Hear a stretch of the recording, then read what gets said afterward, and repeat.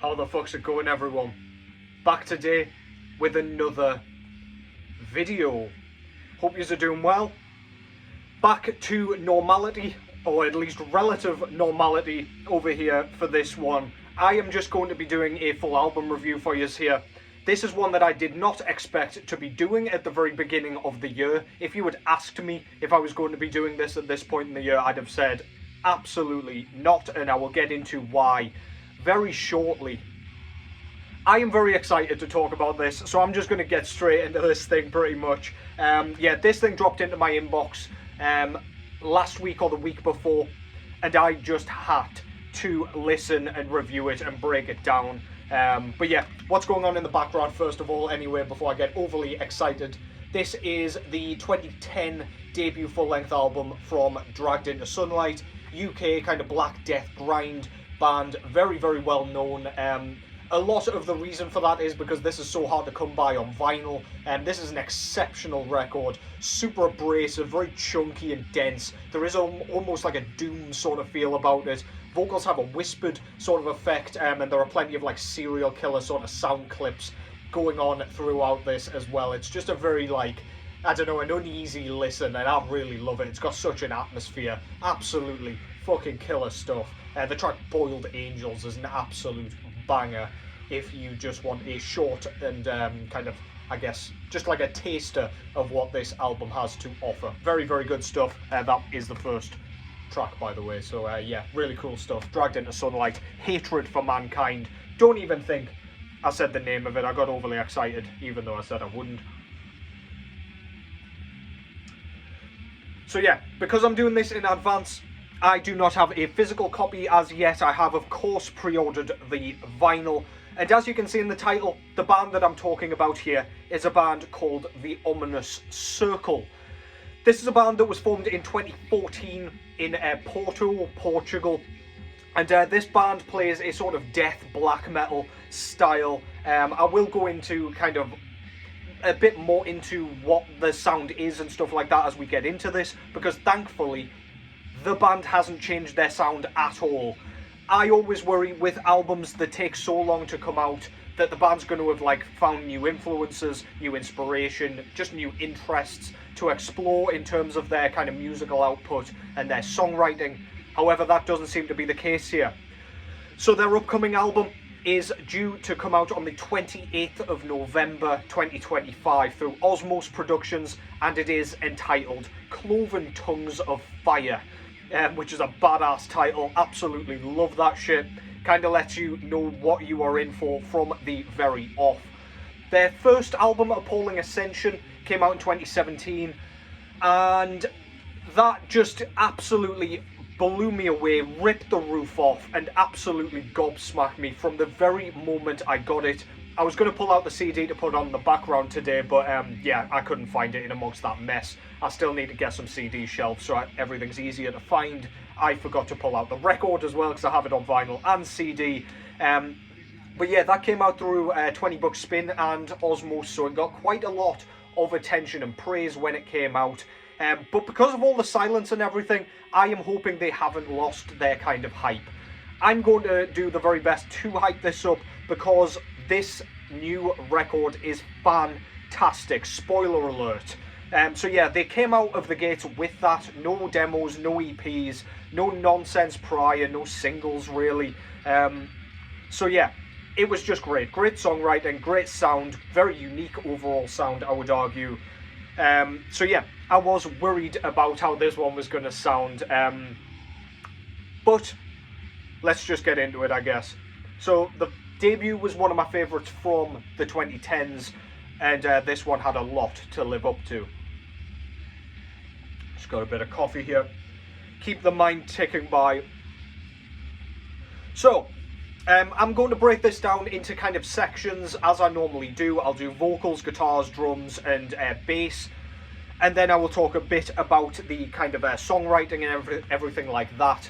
So the album starts off with just a very quick and fleeting ambient sort of song, which is very much just a rumbling sort of noisy sound. It's just distorted, and it pretty much just revs up until the opening track. So that track was called Thus Beckons the Abyss, and it is exactly that. It is ominous.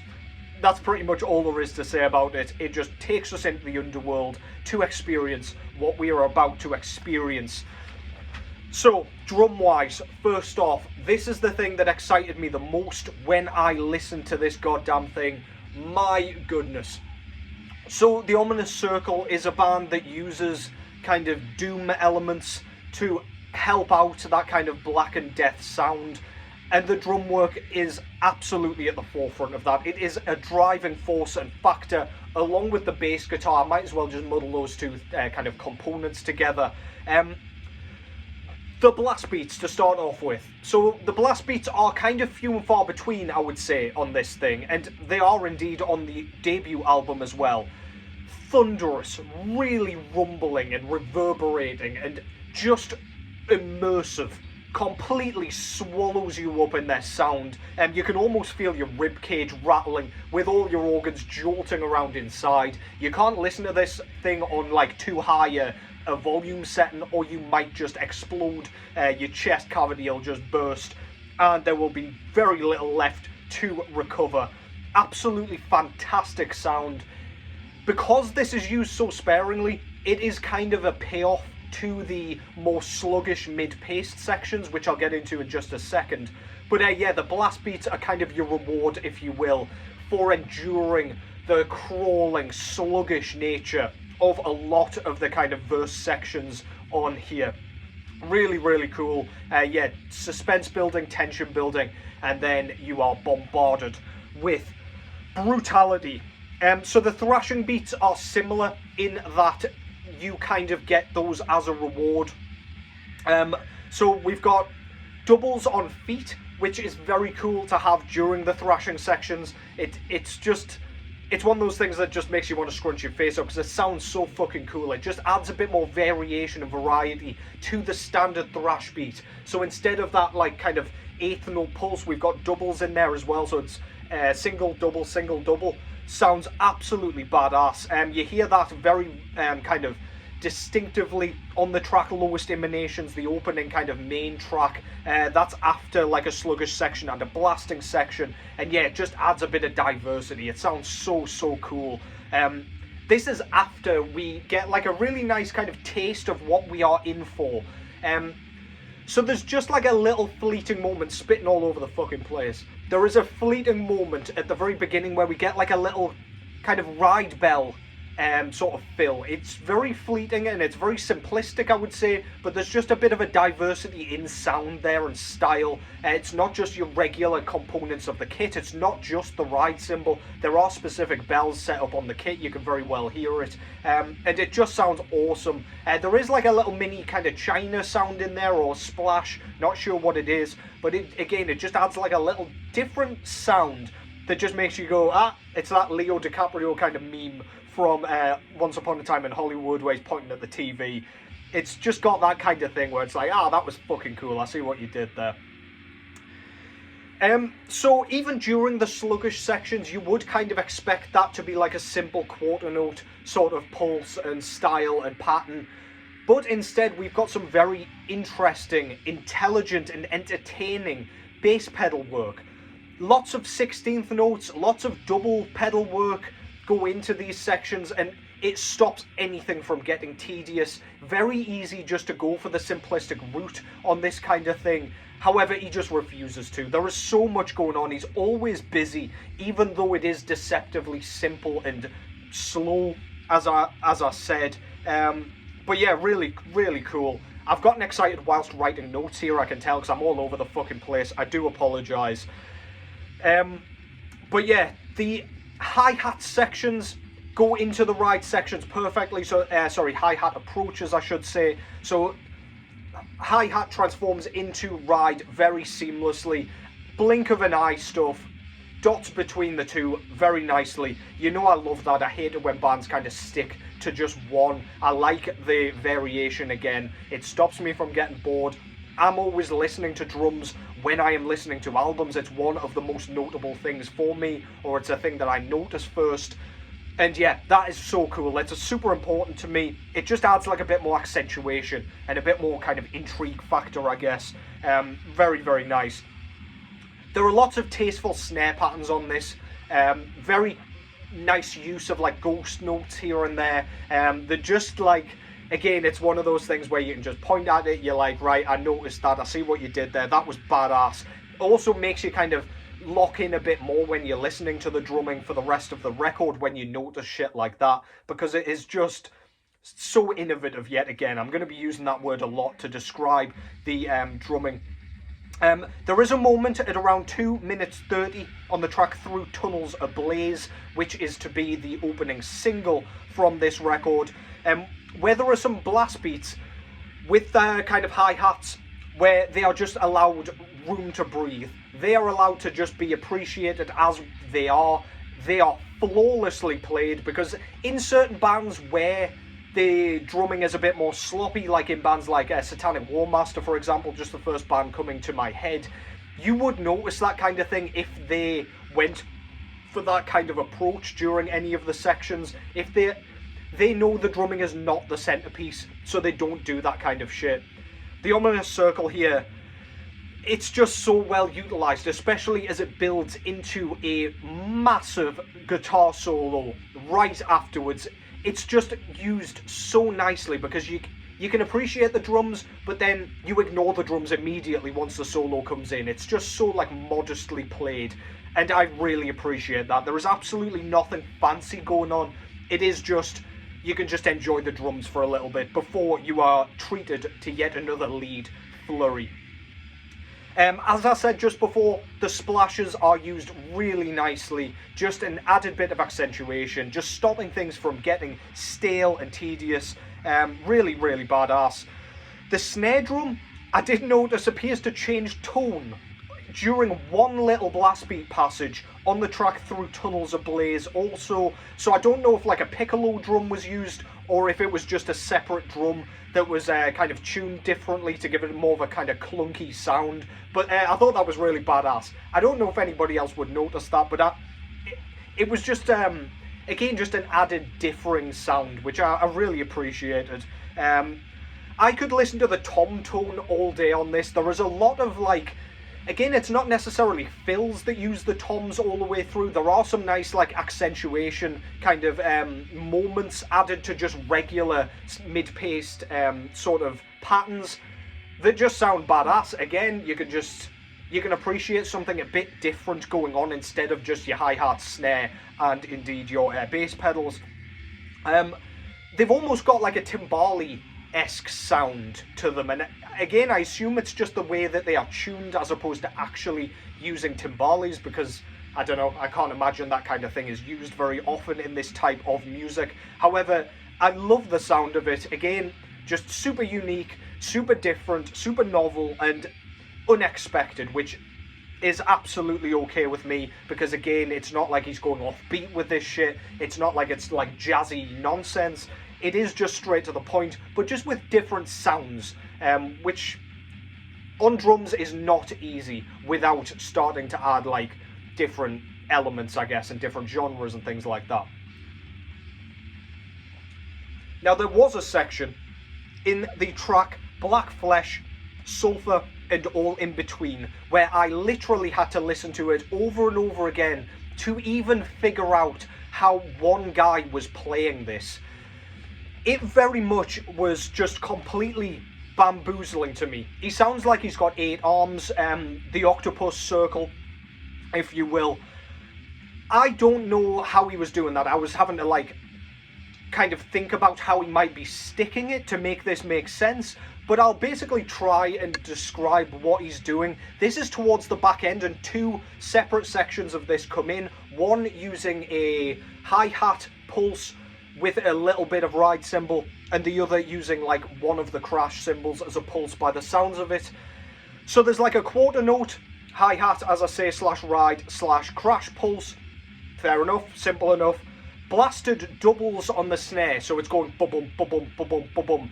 Fast blast beats as well. They're like 16th note blast beats, just doubles like that. Then we've got some tom kind of accents going into it, so similar to how they're used throughout the regular passages. But like in amongst all this, whilst he's doing this pretty fucking complex, kind of almost ghosted blast beat sort of, I guess, flurry, if you will. So yeah, and then we've got double kick 16ths as well. All of that is just so busy, and just sticking to that kind of doubles on the snare, blasted as well, because they're far too fast for him not to be kind of bouncing the sticks. That is mind-blowing to me. I don't know how long that took him to learn. I would love him to kind of comment here and just say, I was doing this, or you're absolutely wrong, I wasn't doing that at all. But yeah, it sounds like he's got 8 arms anyway, and probably 2 heads and 2 brains, because it's bamboozling just for me to listen to that. Really badass, man. That really, really just piqued my interest. My head turned, my jaw dropped, and I was like, holy shit. Then it came back in again, and I was able to kind of take it in a little bit more and try and decipher what he was doing. But yeah, that's it from me for the drumming, because I am 16 minutes in already, and that's all I've spoken about. The drumming is outstanding, and the drummer is outstanding here throughout. So yeah, guitars next. Just wet the old whistle. So the guitars, very much like the debut album, are mechanical sounding. The guitar tone is very robotic sounding. Sounds like a revving motor engine for the entire thing.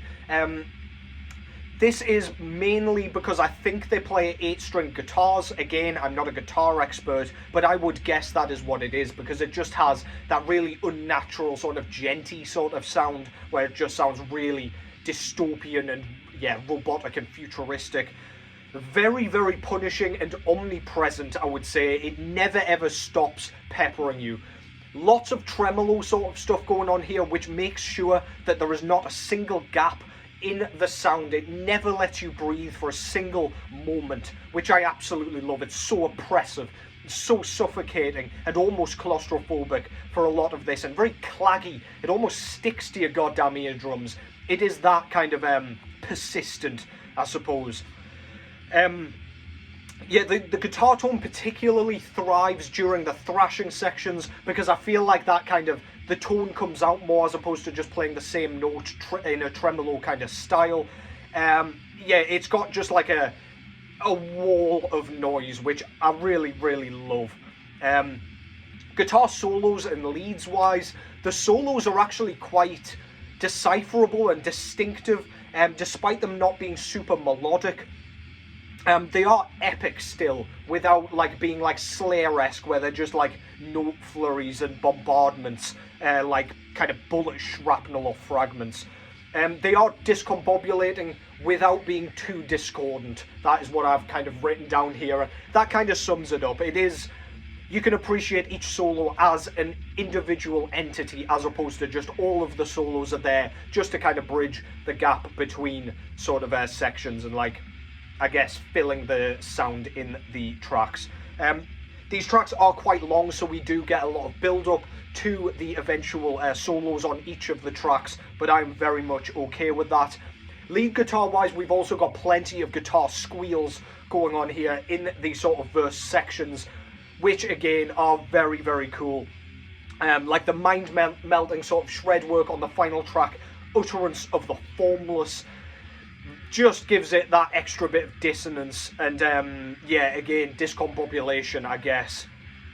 Absolutely love that. It's very erratic and very unexpected and very sort of unpredictable. Love the guitar work. And then there seems to be some sort of like trumpet or something towards the end of the record, or violin, I cannot really tell. You're probably thinking like, Matt, those are two very different things. I know. But yeah, there's something going on there, something more orchestral going on in that, and yeah, it's a really nice way to close out the record, if you ask me. Bass-wise, we don't get too much in the way of bass, like poking through or anything. It is more just a space filler, just to kind of bring everything together cohesively. You would notice if it was gone, but you don't get any like technical, proggy, like jazzy wankery on the bass at all either. It is just there to serve a purpose, and it sounds great. But yeah, when you kind of try and listen to it specifically, you're not going to get too much in the way of like specific bass twangs or anything like that. Finally, vocally, we've got the same style as we did on the first album, with those really gruff kind of bellows, very guttural, but he does add a few more kind of retches to finish sentences and verses, which I think is really cool. It's like bleh, where he just adds a bit more like phlegm and venom to it, which I think is super cool. I don't know who is doing the high screeches on this one, but I don't recall there being too much of that, if any of that, on the debut. So that was a nice inclusion. I don't know if it's like a sort of guest musician or anything, but yeah, very cool. Maybe they can fill me in on that after they've seen this review. However, yeah, really, really cool inclusion. And yeah, it's used sparingly again. You just kind of, when you're not really paying attention to the vocals because you kind of know what you're getting, they'll come out and you're like, oh shit, like something's changed. It is just a very nice way of like, I guess, diverting your attention away from other things, just to make the experience more authentic, and then it means you have to go back and re-listen. It gives it more replayability, if you ask me. So yeah, all in all, brilliant songwriting. Every track has its own like signature, its own trademark, its own thing that you would go back to it for. Tracks are quite long. There are only 7 tracks on this, and 2 of those are kind of instrumentals, and very short ones at that. The longest instrumental on here is like 1 minute 40-ish. So yeah, plenty of bang for your buck here. They don't outstay their welcome, but yeah, they're long enough so that they have plenty of time to build the suspense that this band is so good at creating. Do I recommend this album? Abso-fucking-lutely I do. No disappointment here despite my worries. A tremendous return from an outstanding, very unique band. Great work from the Ominous Circle. That record was Cloven Tongues of Fire. Wanted to do that off the top of my head. Yeah, tremendous stuff. Let me know what you guys think when it's out and when you've heard it and everything, but I highly recommend you purchase this, pre-order this without hearing a single goddamn note. If you like the debut, you will like the new one. I will put a link to the shop below so you can go and pre-order the vinyl. There is an orange version and a black version. I believe those are double LPs. So go and snag them while they're hot. But that's it from me. Take care as always. That concludes that. Now get the fuck out of here. I'll catch you in the next one.